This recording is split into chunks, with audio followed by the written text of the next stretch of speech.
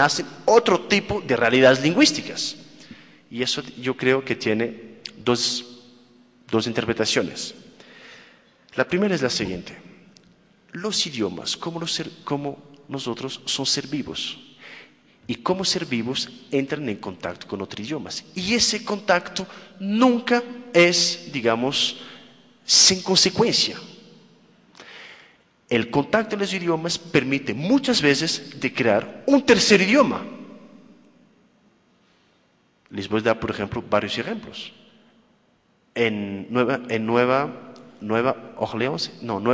Luisiana hablamos del Caron French. En Estados Unidos hoy en día aparece una cosa muy chistosa que se llama Spanglish. Ustedes saben que existe un diccionario de Spanglish que fue elaborado por Ivan Elans. E incluso ese mismo autor tradujo en Spanglish el primer capítulo de Don Quijote de la Mancha. No resisten el placer de leerlo para que ustedes vean a qué corresponde. In Ana Placet de la Mancha, of which nombre no quiero remembrearme, vivía not so long ago uno de esos gentlemen who always tiene una lanza in the rack, una buckler antigua, skinny caballo y un greyhound para el chase. A cazuela with más biftin mutón, carne chopeada para la dinner, un omelette para los sábados, lentil para los viernes y algún pigeon como delicacia especial para los domingos. Consumía 3 quarters de su incone. Entonces ahí le llegamos al segundo elemento que nos muestra cómo la glotofagia, al contrario de lo que pensamos, puede ser una dinámica para crear nuevas realidades lingüísticas. ¿Qué pasa con un idioma es demasiado extendido? Lo que pasa es lo que se llama un fenómeno de dialectización de la lengua. ¿En qué consiste? Consiste en que a medida que un idioma es más extendido, más entra en contacto con otros idiomas. Y ese contacto con otros idiomas hace entonces que su propio idioma, desde su realidad interna, está cambiando y evolucionando. ¿Y por qué nos vamos a quejar de esto? Eso nos muestra que nuestra propia cultura está viva y evoluciona como nosotros. Y de otra parte nos muestra que nuestra propia cultura y su propia evaluación es la evaluación de nuestras propias relaciones, que sean políticas, que sean económicas, etc. Entonces, en este caso, ¿de qué estamos hablando? Estamos hablando de lo siguiente. Obviamente el proceso de colonización no puede ser analizado sin hacer abstracción de la cuestión lingüística. Y la cuestión lingüística lo que nos muestra, más allá de las relaciones de poder, más allá de los fenómenos de aculturación, más allá de la muerte de las lenguas, lo que le muestra la dimensión lingüística es que las lenguas por sí mismas nunca mueren. Siempre seguimos hablando, hablamos de manera distinta. ¿Y por qué esa distinción? Porque nosotros evolucionamos como civilización. Y eso es lo que nos muestra precisamente ese proceso de dialectización.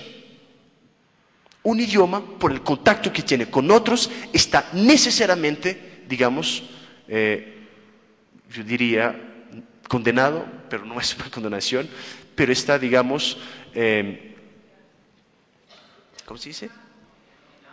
Destinado a dar luz a otros idiomas. En este caso, entonces, ¿qué podemos concluir? Lo que debemos concluir es que detrás de todas las cuestiones lingüísticas hay una noción que nunca podemos olvidar, que es la noción de la civilización.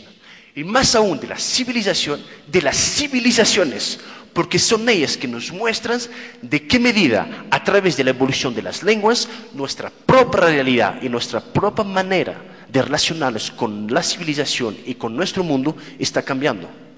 Y es eso que explica la diversidad. Por eso cuando hablamos de la muerte que la muerte de los idiomas puede necesariamente condenar la diversidad, podemos verlo de otra manera. Es porque las lenguas mueren que dan lugar a otro tipo de diversidad. Muchas gracias.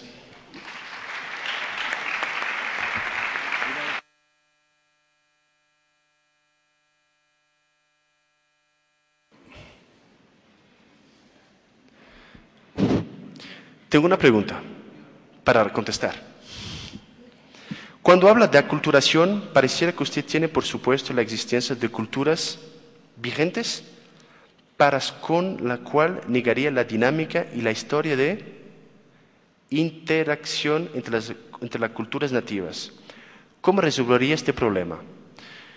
Bueno, yo creo que en esta parte tal vez ya empecé a responder a esta pregunta. La relación entre las lenguas nativas está exactamente sometido a los mismos procesos que existe entre una lengua dominante y otra. ¿Por qué? Porque aunque la relación de poder y la relación económica y política sea distinta, hay un punto común de los dos fenómenos, que es el fenómeno de contacto entre los idiomas. Y es ese fenómeno de contacto que hace que los idiomas puedan precisamente evolucionar. Hay un episodio muy interesante acerca del latín, que es el siguiente. ¿Qué hace que el latín desapareció? Dado la importancia que tenía. El latín desapareció porque poco a poco fue evolucionando. Y uno de los criterios muy importantes fue lo que pasaba, por ejemplo, en las legiones romanas. En las legiones romanas llegaban de todo tipo de persona y de todo tipo de cultura. Obviamente ellos tenían que hablar un idioma entre ellos. Entonces, claro, cambiando cada idioma, se llegó, digamos, poco a poco a transformar el latín en otra cosa. ¿No hay más? Bueno, muchas gracias.